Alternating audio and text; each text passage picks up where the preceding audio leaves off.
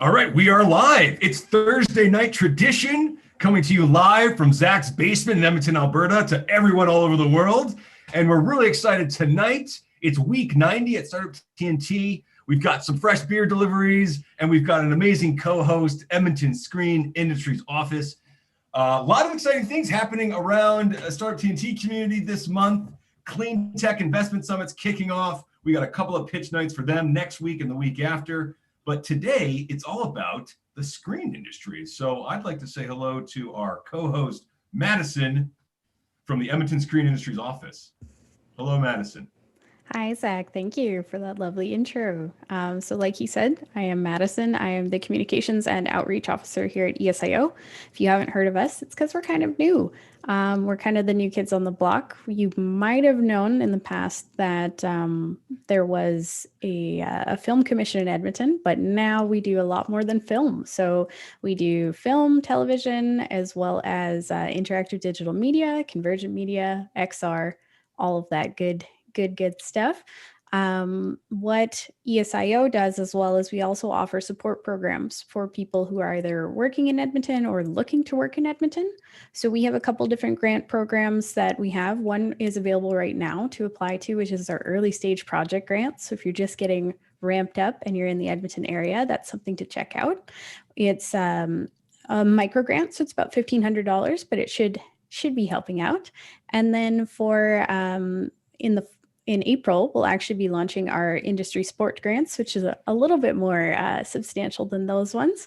And then as well, we also manage the Edmonton Screen Media Fund. So that's a $4 million fund that can go to guest productions as well. So if you are looking to film something in Edmonton, feel free to query us and see if we're fit for you, as well as we are always here to talk about possibilities, sponsor events in this space, and kind of explain what screen industries is pretty often, because we do a lot more than just film and television and video games, but they are the more fun ones, that's for sure. We are super, super happy to be able to start this event and to do it on Treaty 6 territory. So we're very, very lucky to speak here. And I should be able to introduce our first presenter if you would like, or yeah. We're good to go? Well, I think we're good to go, but I do just want to give one quick shout out because I forgot to do this at the intro. A lot of the board members on your fund are actually close friends of the Startup TNT community, and that's how we were introduced. So I'd like to thank Tony Briggs, business professor at the U of A, my professor at the U of A, comes to our event all the time. And I know you also have Ms. Christina Milkey and Arden Say on your fund. So those are also great people to help us out at Startup TNT. So awesome to make this introduction. Yeah, who are we hearing from first, Madison? For sure. And I will also echo that we're very lucky to have an independent board who are so involved and so supportive of these industries. So we're very spoiled here at ESIO. So if they are watching, I'll make sure to say hi. So first up, we've got Caldera Interactive, which is an indie game studio right here in Edmonton. So they were founded back in 2019 with the goal of being an ethical, diverse, and sustainable company. So they're striving to create emotionally resonant games, memorable experiences, and really, really taking something home with you. So it's what they're working on right now is a 2D cyberpunk empathy adventure game, currently called Project Turing, which is very exciting, and we'll be hearing a bit about that, I'm sure. The members of Caldera Interactive have actually been making games for years together, and they all came out of the U of A as well. So another big shout out to the U of A there for putting out some really great game devs. Together, they've done over 20 games, including commercial games, working on AAA titles, indie titles. They've won tons of awards, especially for sound, writing, game development, computer researching, cybersecurity, as well as they just actually finished the Elevate 2020 Accelerator as an official selection. So it was a really, really big honor for them to be on that as well. So we have Shelby Carlton and Jeff Cho, who are going to be talking about Caldera here just in a minute, which is super, super exciting. And did you want me to also go over the other speakers as well? Why don't we just start with Caldera and then we can introduce we'll kick into it. Yeah, we'll do it that way. One of the best introductions I've seen anyone give at a Startup TNT community pitch night. Very detailed. Caldera, I think it's ready for them to take it away here. Hi, thanks so much, Madison. So I'm going to share my screen here. and you can tell me if it looks like it's working. Looks great. Looks good. All right. So I will cycle to the beginning. Jeff, are you ready, my co-presenter? All right, here we go. Hello, everyone. My name is Shelby, she, her from Caldera Interactive, and I am very excited to be sharing our game with you today. This is Project Turing. So what is our game? Welcome to a mysterious cyberpunk future where all of the humans are gone. Or are they? The world is now inhabited by androids who look and move just like humans, utility robots that are more mechanical in style, and AI who mostly keep to cyberspace. Our game encompasses narrative exploration, cyberpunk genre and pixel art style, social battles and hacking, and real world and cyberspace dichotomies to deliver the full experience of Project Turing. The gameplay features a 2D cyberpunk empathy adventure where you unravel dark, funny, and surprising mysteries. As the player, you can explore dynamic relationships and maybe even find love. You can also increase your access level to confidential information with espionage and hacking, and make nuanced moral decisions that will affect your relationships to other characters. Now, you may be wondering, what is an empathy adventure? And to us, it's a game that puts player feelings at its center and helps players to practice and employ empathy by exploring a diversity of situations and solutions that players may not otherwise be able to experience in their everyday lives throughout the whole narrative. So this is some of what our game is looking like in its current state. This is actually our terminal system, and it's a gateway to cyberspace. It also allows players to access their emails, check the news, hack, and maybe even play a game or two. And this is what our choices are going to look like. Choices are a big part of this game. And on the left there, you'll see the dialogue options that pop up, which you can select from. This is where you're puzzling over how to handle the direction of a conversation and the choice that you really think is best. So I'm now going to be handing it off to Jeff, and he's going to tell you more about Project Turing and the traction we've been getting. Awesome. Thank you, Shelby. I'm Jeff, he, him pronouns, and I'm the game director at Caldera Interactive. Some of the traction that we've been getting in the community lately, we received an industry support grant from our wonderful hosts, the Edmonton Screen Industries Office, who were intrigued by our project for new and diverse audiences. We were also named an official selection for Elevate 2020, the GDC Relief Fund Accelerator, which was a huge win for us. And we're incredibly grateful for the mentorship, connections, and growth that we attained over that 3-month accelerator program. We participated in the Gamers for Groceries charity stream, where we saw a lot of excitement from the Twitch BioWare community about our game and the empathy adventure genre concept. And we also spoke on a panel at Edmonton Startup Week, where attendees were fascinated by our studio and our values. And speaking of our values, here's a little bit more about us. At Caldera Interactive, we want to do more than entertain our audience. We want to inspire them and be a beacon of hope and kindness. So our studio is built with these 5 values at its core, and I know they're going to shine through in Project Turing. And this is the wonderful team behind our studio. Of course, you've already heard from Shelby and myself, but we're joined by ESIO, Derek, Titus, and Mikhail. We've been making games together for years. As Madison mentioned, we've individually worked on over 20 finished games, including commercial games ranging from AAA to indie. And all these awards and experiences that we've had in sound, writing, game design, research, and more are skills and experiences that we're leveraging to make Project Turing a really compelling and unique experience.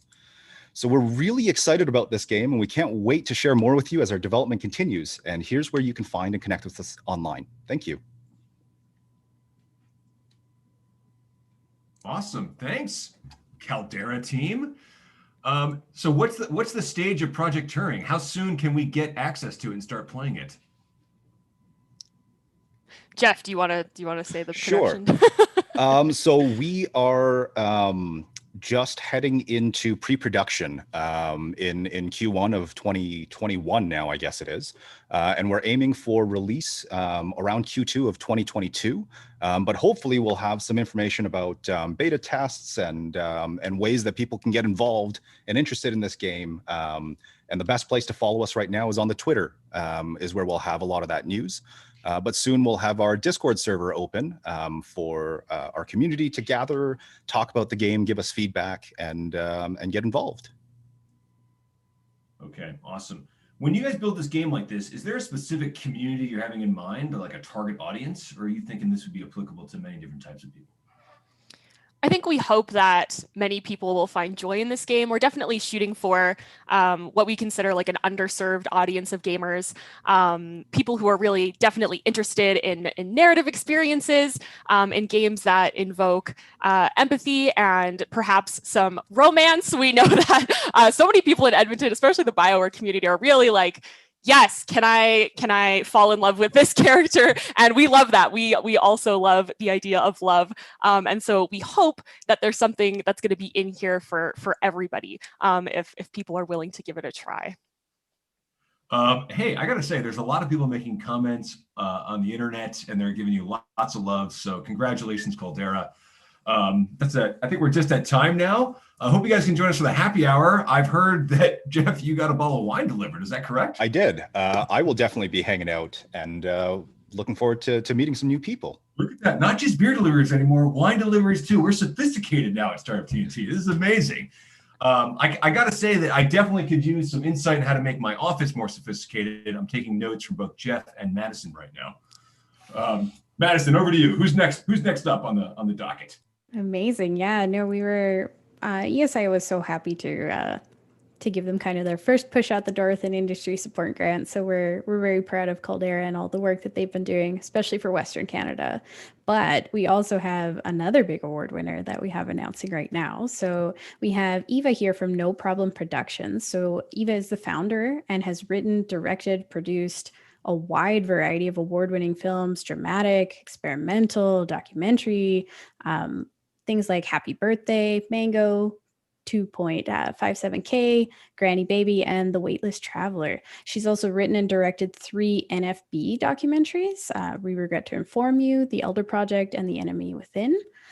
Eva is a proud alumni of WIDC, as well as a member of the Directors Guild of Canada. So she has been in tons and tons of festivals, over 100, all around the world, as well as on TV. Her team members have won major awards, Ampia Rosie Awards for Best Director, prestigious EDA Awards for Best Social Journalism, Best Short Film Award, Best Experimental Film Award, and that's just a couple of them. There are tons and tons of awards there. So Eva is known for her collaborative and creative approach and enjoys mentoring emerging filmmakers. So she's actually got a very cool new project to talk about. So I'm very excited to hear from her. So feel free to take it away, Eva.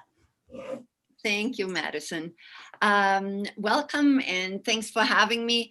Neither I nor my company are spring chickens. We are around here in Edmonton for quite some time and have made a fair splash, but times are always changing and we are always evolving, and COVID only emphasized that. No Problem Productions now is going into a new endeavor of doing animation, and since a little over half a year, we have an animation studio and an animation brand, and that is focusing particularly on one style of animation that I call shadow puppet 2D animation. Oddly enough, I have a master's in shadow puppetry and studied it in Java, Indonesia, and in Bali. And those 2D techniques I bring to the table, literally the animation table, where we work with the shadow puppet animation. Of course, I'm not alone. I have a fantastic team because it sounds hands-on, but it is a wonderful hybrid of cut out handmade animation, and then it's also a strong engineering aspect to it. I show you a few of the images that I have, and hopefully that gives you some insight. So this is very basic how it starts, but then it goes to finding places where you can with a servo manipulate the puppet. And not just that, we don't want to have our fingers on the puppet when we film it, so we use robotic arms and have actually a software engineer, Rob Barron, who designed software for our puppets to become animated. So you don't see any sticks or any hands in it. You have kind of a control board that moves the puppet. We also work with Larry Kelly, who knows all about mechanics, who has created finger and hand animation, motion animation, so that we can literally manipulate the puppets with our whole body. So it is almost that you are in living the puppet. The puppets were designed by the Hungarian puppet designer Sofia Orpasabo, who now makes Edmonton her home. And everything is overseen by a DOP, camera person, and tech director David Barron. This is part of our new studio. It's at the Orange Hub. You can see 2 animation tables. And then there's the tech software engineering table. Our latest and newest project is Digger Deli. The script is written as we speak by much loved children's author Marty Chan, and we are developing the puppets and outfitting it with all the technicality. It's a brand new technique, and we would love to monetize it. Not only that, we want to send it to festivals and would love to have it screened at various platforms. But in our case, I personally think that it would also lend itself perhaps to gaming, and hence I'm here today to reach out. Maybe there are opportunities in it. I also think that our Digger Deli or other puppet animals would make beautiful merch items. I would be open to just bring that story to life right here in Edmonton with various other communities that exist here. We have a website, or No Problem Production has a website, not separately from the Shadow Puppet animation one, and you can check us out. It's www.noproblemproductions.ca. And talk to me. Maybe there is something we can do together, and you would love to get involved. Hey, Eva, this is awesome. I gotta say, for the gaming people here, these are the most creative and interesting pitches I think we've ever had here at Startup TNT. This is really something. So I've never met anyone from the shadow puppetry industry. This is brand new to me. Tell us about your experience doing a master's in shadow puppetry. Well, it's rather niche, but I just really love how you strip away texture and just shape and color is projecting a story. It's all started as a youngster to travel to Indonesia and fell in love with the shadow puppetry there. It is very unknown or not much explored in the West. So I thought that's what I will do. Tell us a little bit about the creative process of creating a shadow puppetry show. Are you creating the storyline first? Are you creating the puppets first? Is it all happening simultaneously?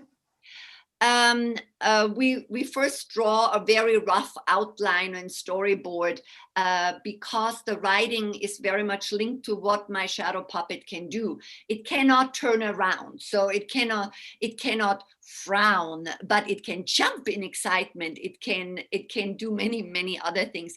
So the writer will work with the shadow puppeteer to make sure that we can execute it in the right way. So it's a hand-in-hand approach.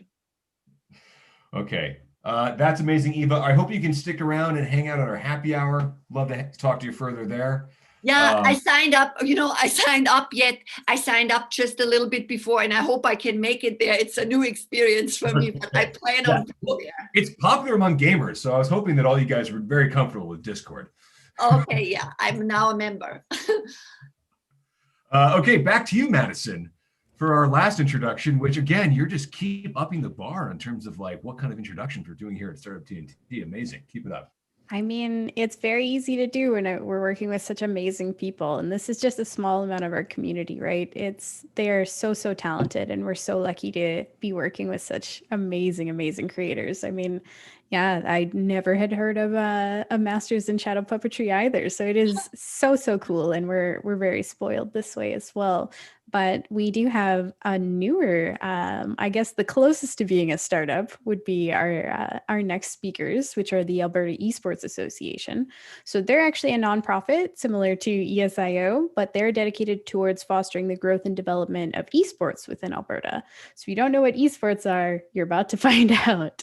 They're building industry standards to protect esports athletes, delivering events, developmental initiatives, and increasing engagement from players, academic institutions, and local businesses. Their community first approach, it really strengthens the collective voice of local communities. So what they want to do is remove the barriers for participation, challenge negative stigma around gaming, and bring legitimacy to esports, especially as we see it kind of take off right here in Edmonton. Victor and Brad are the two co-founders, and the two of them are actually the first ever instructors that Mount Royal University down in Calgary is having for their esports management program. But over the last 15 years, they proudly built a relationship between Edmonton and Calgary on this grassroots movement and all across Alberta, and really, really focused on making this an excellent place for people to develop something that they love. And through limited resources, volunteer efforts, they grew basically from the parents' basement, and now they're filling convention halls. They've been working with the largest esports event organizers in Alberta, across Canada, and bringing together thousands of fans from all across the province to celebrate gaming. So take it away, Alberta Esports Association. Oh my Thank you so much, Madison. You did a fantastic intro. You basically could have pitched for us. Honestly, I would be okay with stopping there. We're good. Yeah, Victor, if you want to pull up the presentation here, we can get started. Absolutely. Thank you for the introduction, Madison. That was amazing.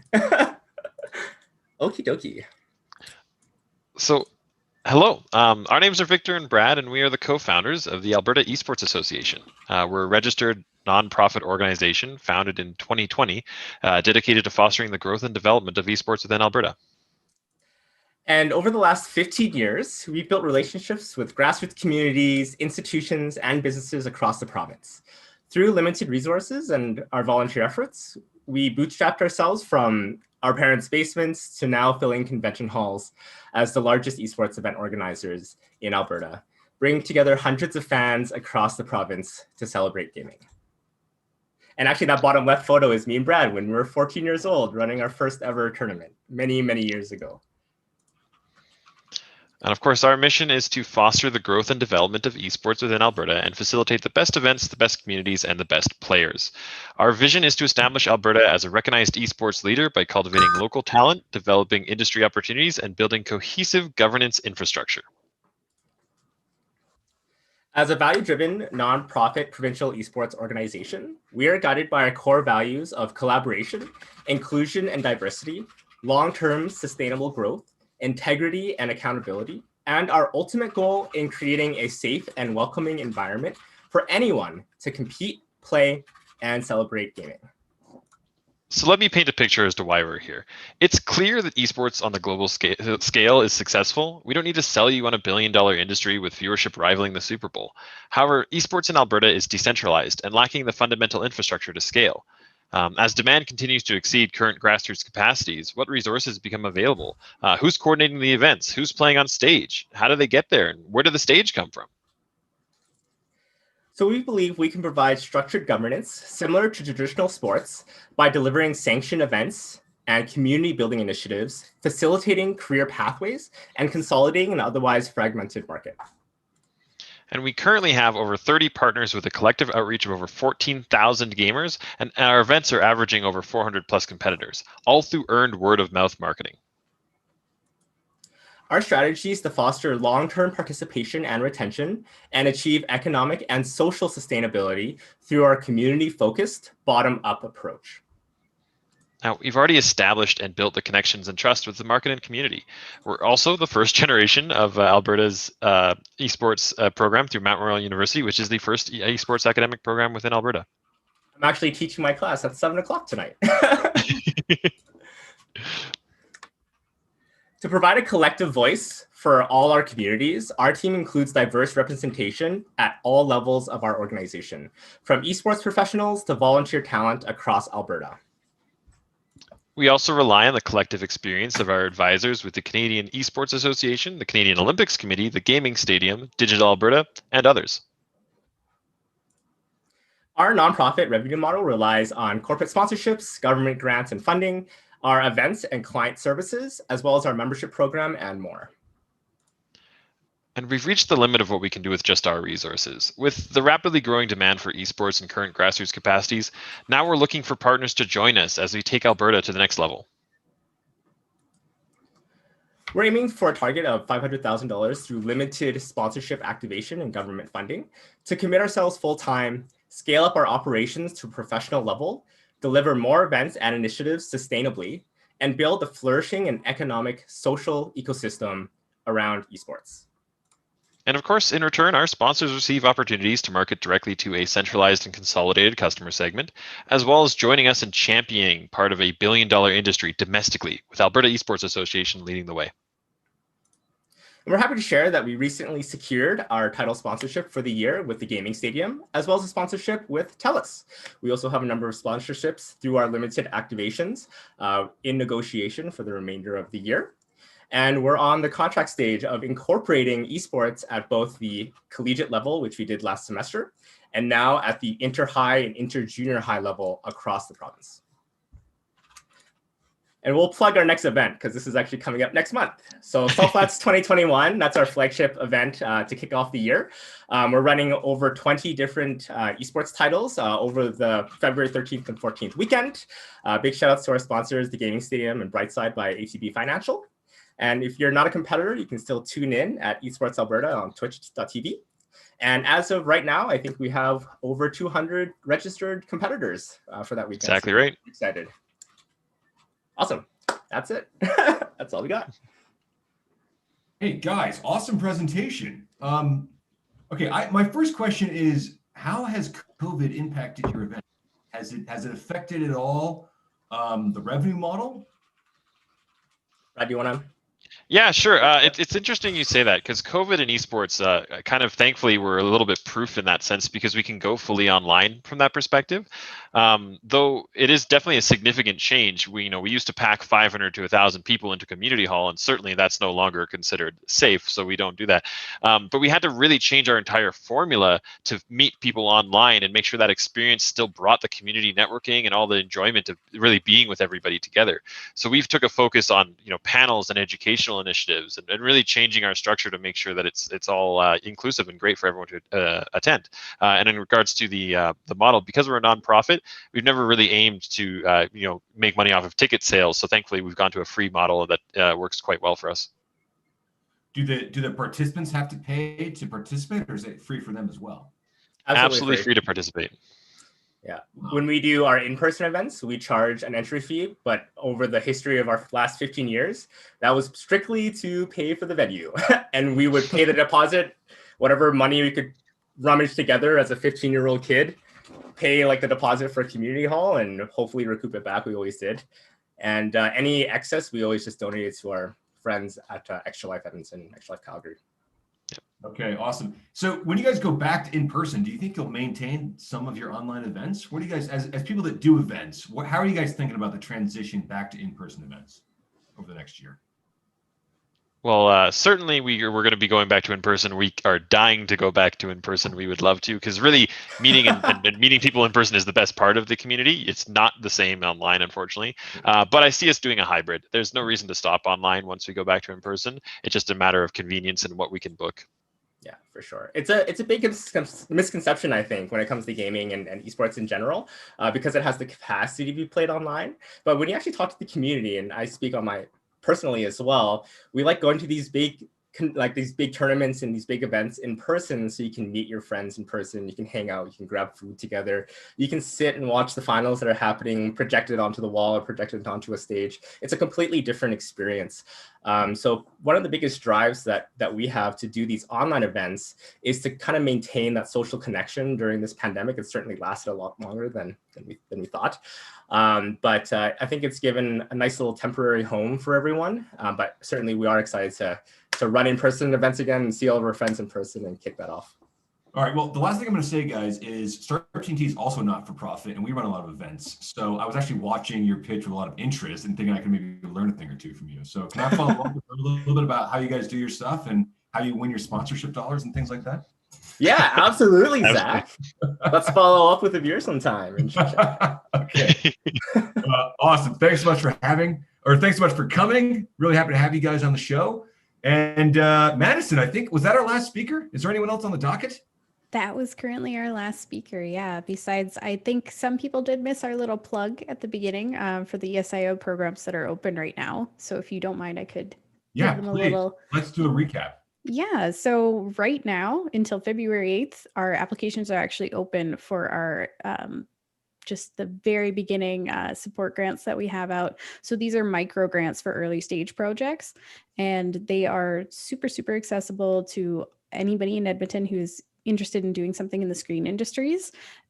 If you have any questions as well, you can always email us funding@edmontonscreen.com. And then in April, we'll be opening up our industry support grants, which are a little bit more substantial. And then we have our continuous online rolling Edmonton Screen Media Fund. So that's something that's actually open to guest productions as well. So anybody who maybe wants to make a film here or a TV show or, call up Eva and get something going, then for sure that's something that you can always look into. The ESIO, we're always here to answer any questions that anybody has about making content here, and we're so happy that we can support some of these amazing people and the crazy amazing things that they're doing, considering who knew what we would be doing a year ago, right? So I think just thank them so much for spending their evening with us as well, and learning Discord for us. Eva, she'll head on over so that we can hear all about all of the cool things that she has going on. But yeah, the ESIO, we recently did a rebrand as well. So if anybody is looking to see our new logos and things, they're all out there as well. So if you have any questions, feel free to reach out to me. I'm Madison. I'm the Communications and Outreach Officer here at ESIO. So feel free, if you're talking to us on social media, that's me. So feel free to message me anytime. Well, listen, Madison, it was so great to have you co-hosting. Big thank you to our three presenters today. And another just shout out to Tony Briggs, who made this introduction happen. I am looking forward to hanging out with you all on Discord. So without further ado, let's transition to the happy hour.